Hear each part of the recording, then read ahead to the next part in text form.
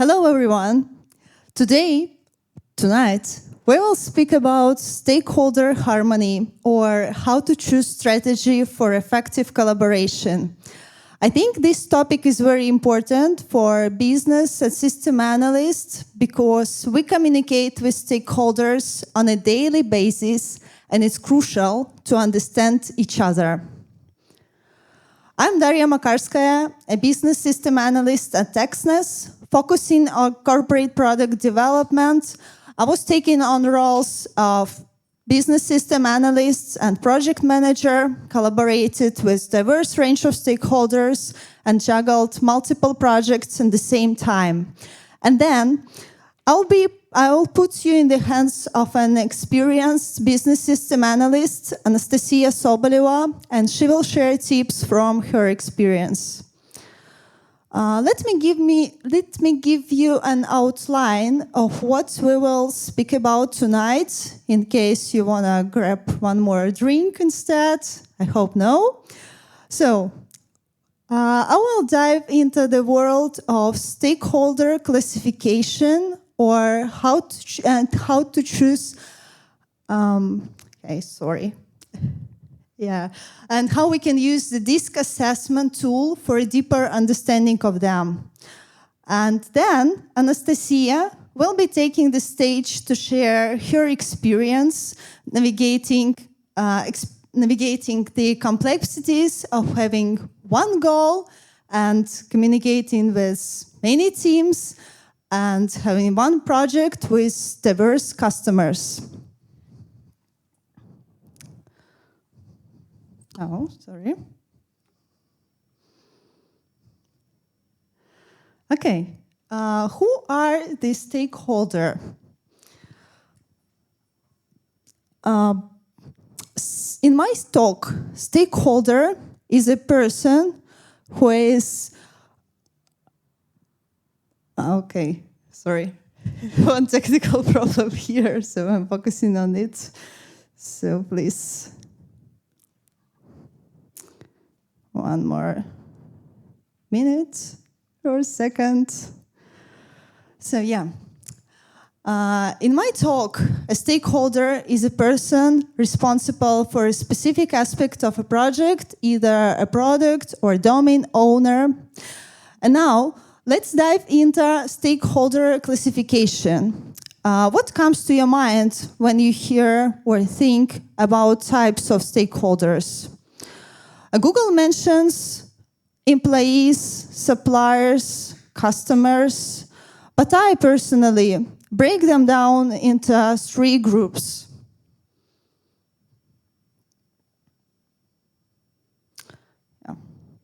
First up, we've got the stakeholder with a technical background.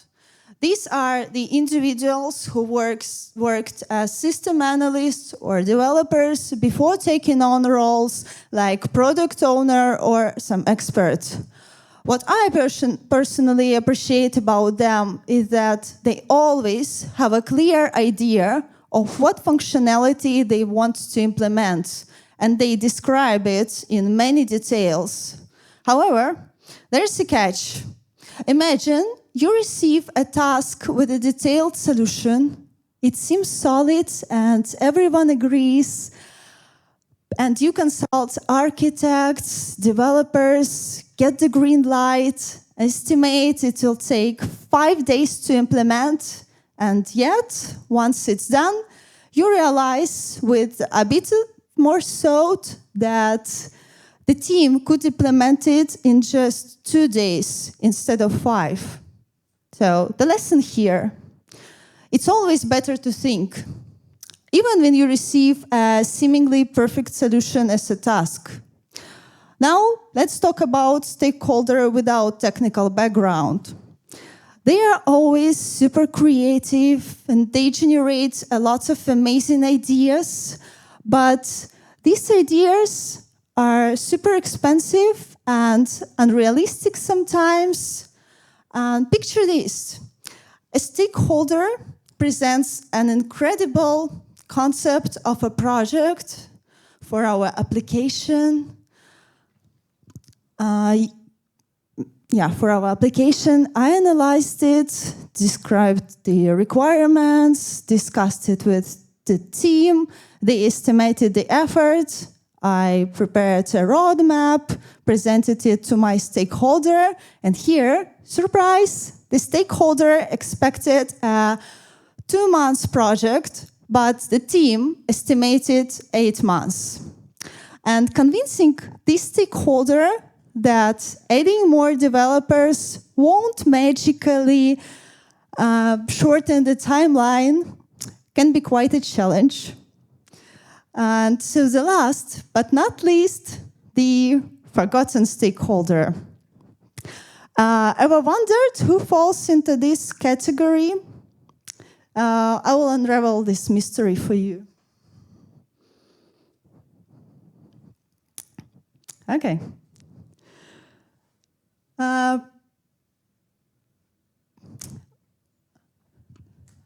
Okay. Perfect. Yeah.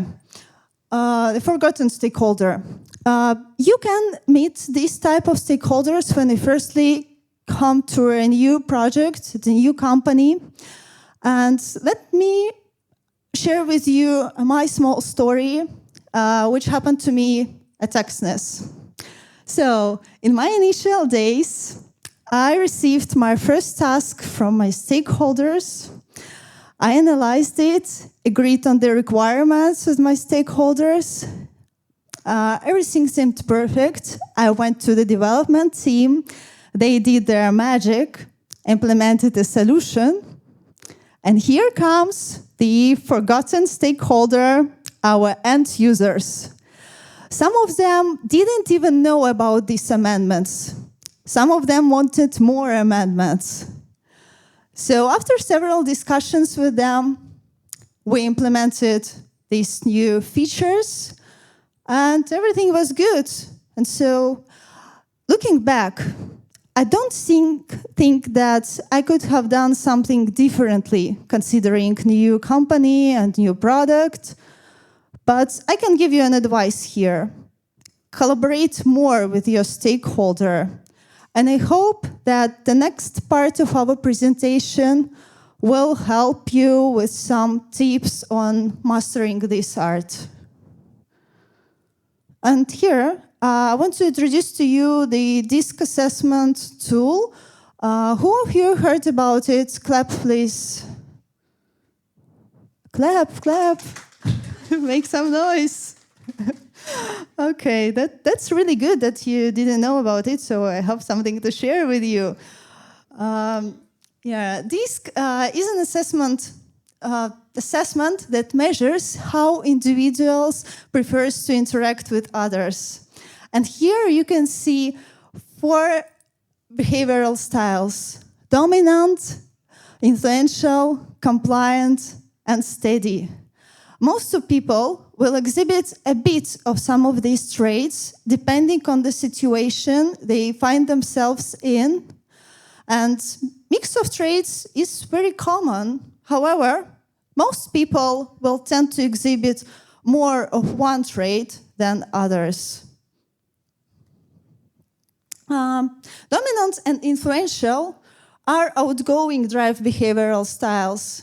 People with outgoing drive tend to move fast, speak fast, decide fast.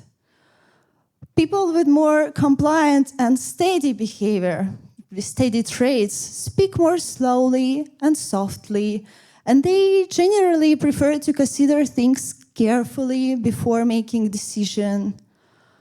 Dominant and compliant people have more of a task orientation. They tend to focus on logic, data, results, and projects.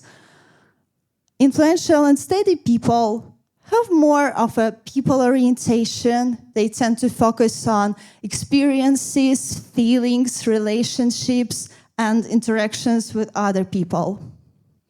And let's speak about each of these behavioral styles in terms of stakeholders and how they tend to make decisions.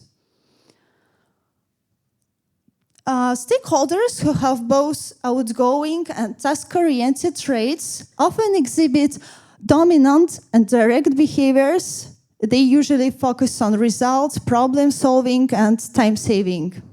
And they often prefer quick decisions, focus on results, and are more likely to quickly make decisions based on achieving goals and maintaining control. Stakeholders who have both outgoing and people-oriented traits often exhibit influential behavior. They focus on generating creative ideas, inspiring people, and interacting with them.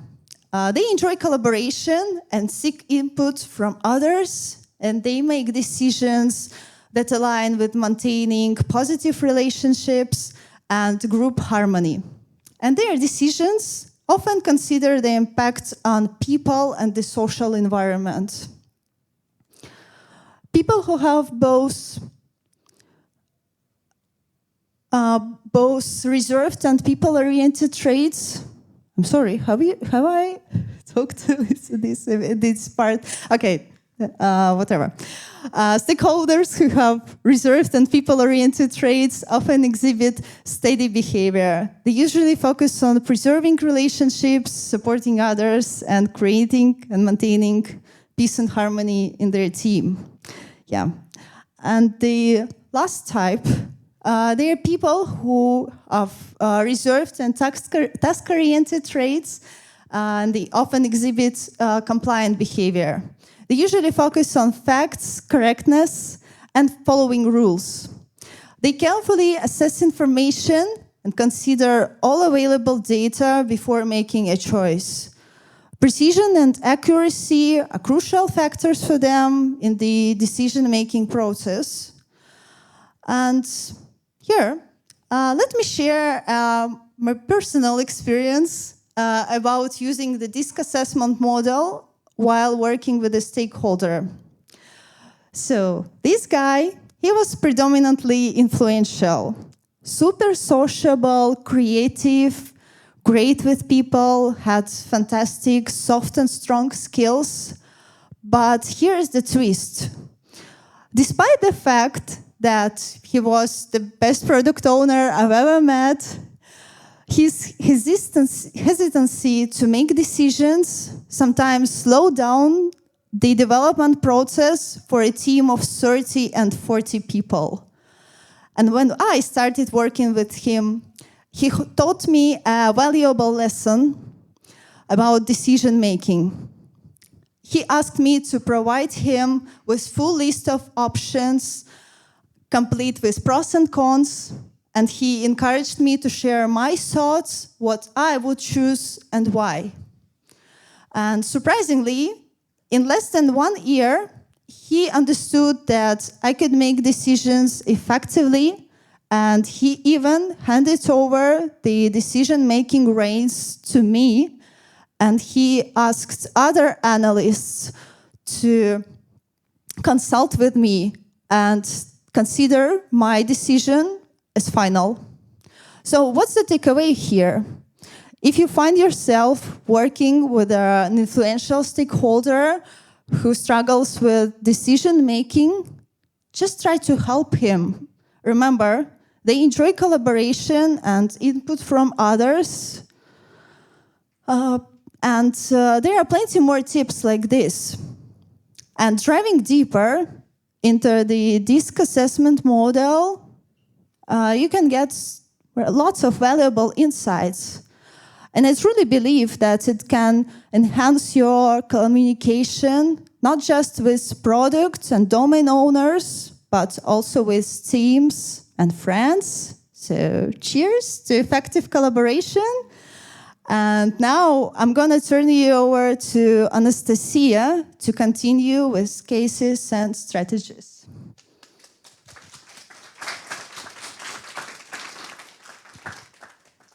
Thank you, Daria, for your speech about stakeholder types. So let's discuss how we can use them in our work life. As for my experience, usually I've got 2 major cases. What's happened? Really? Oh, okay. So, as for my experience, I usually encourage two major cases. First of all, when my team works with a lot of different teams on a big infrastructure, and we develop a part of this infrastructure. Second case, when we work on a standalone solution for many customers. So let's start for the first one. Example, what does it mean, such a case? We've got a project. It's needed to develop a big business process. And its process includes several levels, such as UI, interfaces, infrastructure, and business logic. All of these levels are derived among different teams. All of these services should work together for final results. And it means such points.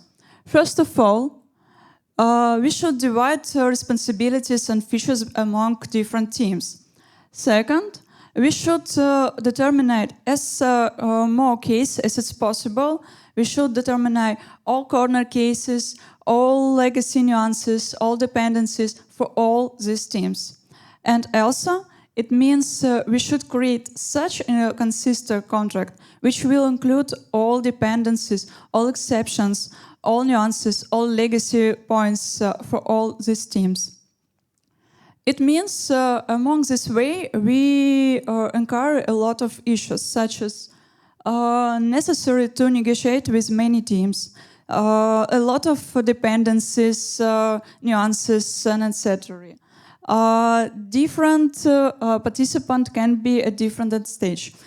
For example, one time we worked on storage for inputting data, and when we started to work, our consumers and producer team were still working on an architecture base. But we should to develop integrational contracts. Also, we should understand the risk of breaching of agreements. I want to add, it's not something personal. It can be miscommunication, standard for other teams. Someone can forget about something important. Why not? All of us are people.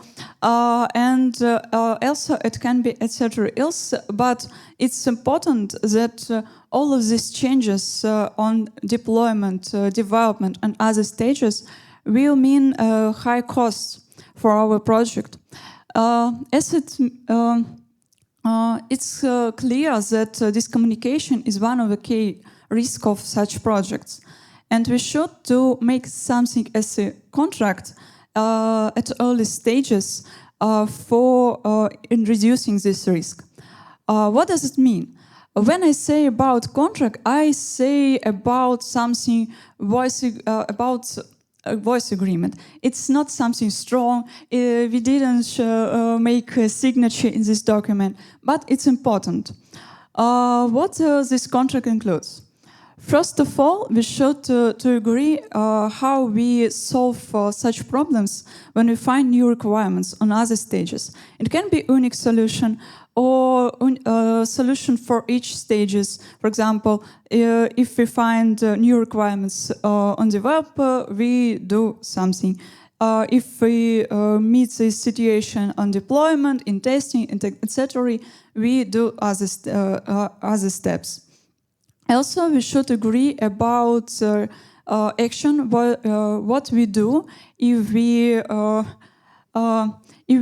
discover new requirements or changes in deployment. For example, our requirements stay same, but we should to solve this issue another way.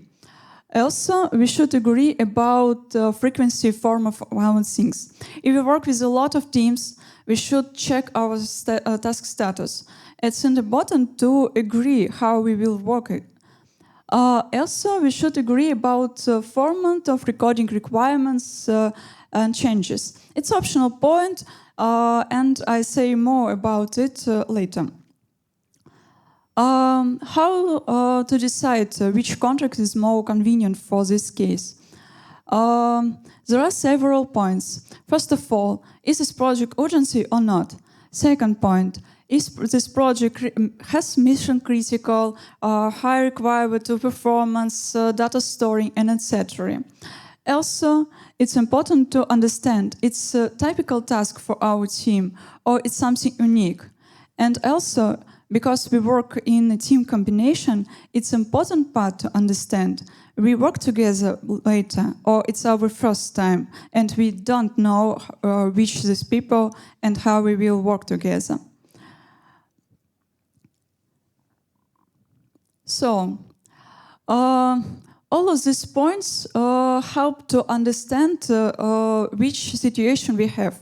For example, more complex project requires more detailed agreement. For example, if I understand this project is something typical for our team, it's not mission critical, it doesn't have high requirements in any performance metrics and etc. And we worked a lot with this team combination. We well coordinated. We know what we know what to expect for each other. In this case, we choose our usual work format, create chats, and start working. On the other hand, if we understand this, it's mission-critical project with thick priorities. We have never worked together with these team combinations. It's new people for us. If we understand it's a unique task for us, further comes most interesting. In such cases, when I don't have enough information about situation, I prefer to use standard typical methods. One of them is a disk. Daria has already told a lot about this method. It's a very popular method for management, HR specialists, and etc. And we offer to use in our job too. It's real effective. How it works? For example, if I understand that a person with whom I will communicate or this team has profile looks like as compliant, I understand it's well-organized people and teams. They like process. They attend a lot of attention to details. But they've got a weak side in communications, and they like to attend a lot of attention to unprioritized tasks. In this case, I will choose such strategy when I will agree about incremental status check. It's unnecessary to have more often check. But I will agree about requirements management rules. For example, it can be a list of rules. Do you remember I said about it? It can be a list of requirements with priorities, and I will agree, for example, for first stage, we take only first priority of requirements, and it can be only base scenarios. Last stage, we research second or third alternative scenarios, and etc. It helps us to reduce communication about details, unnecessary details. Also, we will agree about communication process. Do you remember compliant likes processes? And it will be looks like a script. Next step. If I understand that such team has profile looks like as dominance, I understand that it's high organized persons. They can be agent of changes in case of any problems and etc. But I will agree about conflicts, how we will solve such cases. It's not about something toxic, no. It's about agreement, how we solve problems if we understand. It's difficult to agree about defining responsibilities, features.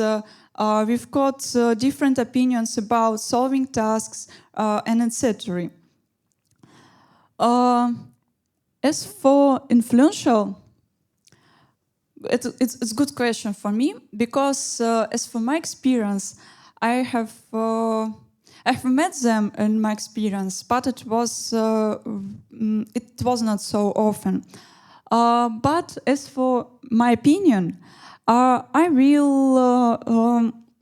will select such more statuses with them, such as possible. Sorry, it's about my experience. And I will prefer creative methods to work with them. It can be mirror tools, roadmaps, presentation, and etc. They will be great in it, and it can be create more interesting our project and our communication. And also, it helps us to understand each other. Also, I will agree about major rules and restrictions, such as deadlines, communication in problems, and etc. As for study, Daria talked a lot about such type. I want to add some points. First of all, I will agree about periodic and situational checks, because such type has weak side in part of priorities and deadlines. They like communication, and sometimes they can lose goals. Also, I prefer to agree about all formats, to create at the early stage templates of documents, templates of meeting minutes, etc., etc., anything which can reduce necessary coordination. So, we talk about first case. Let's discuss second point. When our team work on a standalone solution for many customers.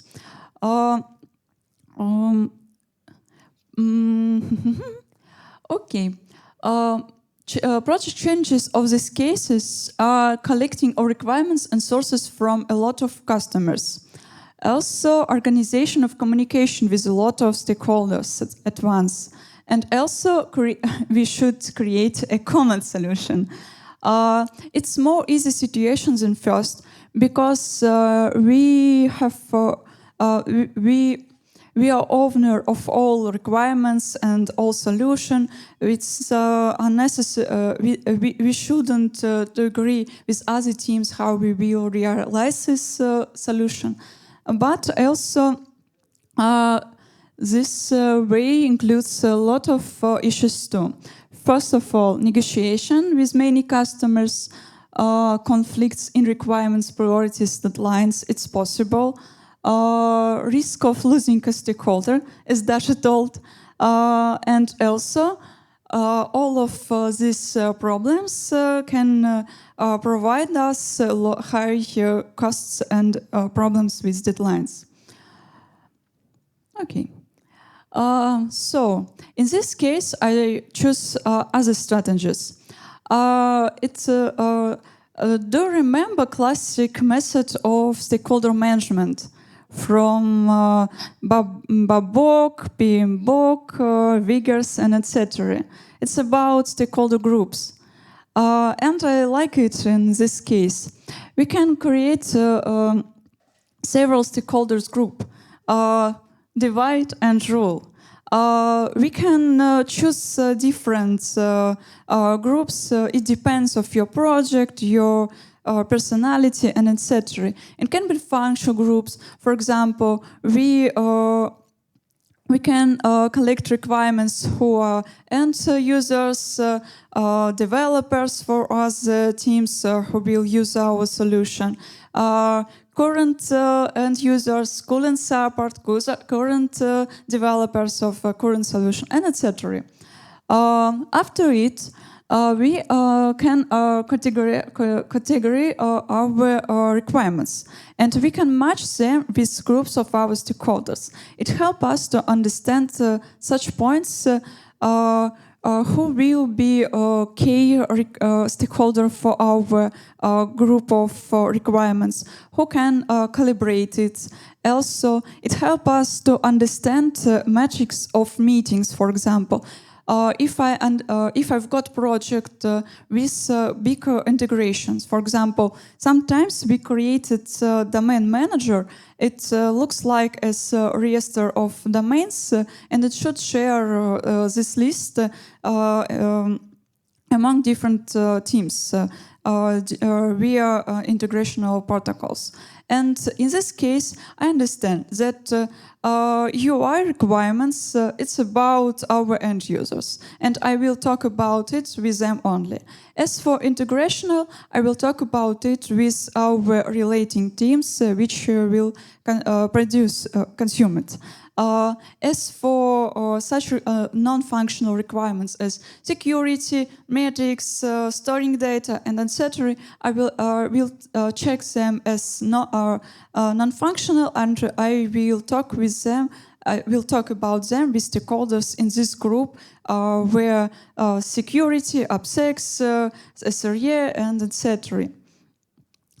Also, I like to divide such project as stages. And the stages will include different stakeholders step by step. For example, we decided to make first stage for only one stakeholder. And it will be our key stakeholder in the step, and we will include to conflict discussion only other stakeholder as calibrators. Second stage as for second group of stakeholders. For example, first can be for mission critical stakeholder, second for less critical. And step by step, I've got less group of communications, less people for communication. So, when I understand all these steps, I like to return our steps of previous case when I create a contract, but I will create it with less group than we've got for project stakeholders. And also I will base on disk for creating more convenient contracts. As for disk, I want to add such point that disk is not ultimate solution. It's not a trust, but it can help you to start working when you don't have enough information about situation. You don't have enough information about other people, your colleagues, but you should create a result in the final. And it's only a helper, not the truth. And it's a good point to use retro, for example, project retro, feedbacks, and to see on real life and improve process of this project during working. So it's all what I wanted to say you. And let's create a conclusion. Could you help me? What main topics do you remember from our report? You can say. Stakeholder types, okay. What else? Strategies with stakeholders, great. What else? Contract between teams, yes. Disk framework, okay. Different stages. What? Okay, different stages for development, okay. Okay. So, yes, it was about stakeholder types and disk methods. Daria said about it. Also, it was two main cases. Points how we can use disk for creating our strategy, and contracts and format selection. Thank you. We hope this report was very convenient for you, and you will be fun such methods, and you maybe read more about disk and etc. And we would like your results on your way. Thank you very much. How would you deal with the situations when your key stakeholders do not agree with each other on, I don't know, the issue, the topic, requirement, and whatever, and you need to, come to agreement today, tomorrow? It's a high priority, but your key stakeholders do not agree with each other. What would you do, and what would your advice be? Thank you for your question. It's a good question. I like for these cases to create kickoff meetings. It helps us to see each other, to have a small talk. Is it about your quiz? Okay. It helps us to understand each other, to have small talks. After this case, I will analyze this talking, and I will. It looks like as negotiation matrix when I create my hypothesis about the stakeholders and a more convenient format. And as for me, it's every time about agreement. I will create with them second meeting. It can be short meeting when I present them my solution, how we can work together. But it depends. If you mean projects with very short deadlines, it's easy for me. It's not easy for me because I don't have such project in my real life. About 2-3 days, it's unreal for development. But in this case, maybe it's not so important to make a detailed agreement. It's possible to say, okay, let's agree about first steps, how we will work, and which we are waiting for as result or result of the next steps. Why not? I have a question for the case you had a first case about different teams, yeah. And first of all, you should categorize each team with the disk method, yeah. But how do you really understand? I mean, you haven't worked with that team before. How do you understand which category it belongs to? And team consists of many different people, and all of them are individuals. How do I understand which category to lean to? Thank you. First of all, as for understanding is about people. It's about my knowledge. If I work with them, if I worked with such people earlier, I know it, and my team can say me, for example, we work with them, we know who them.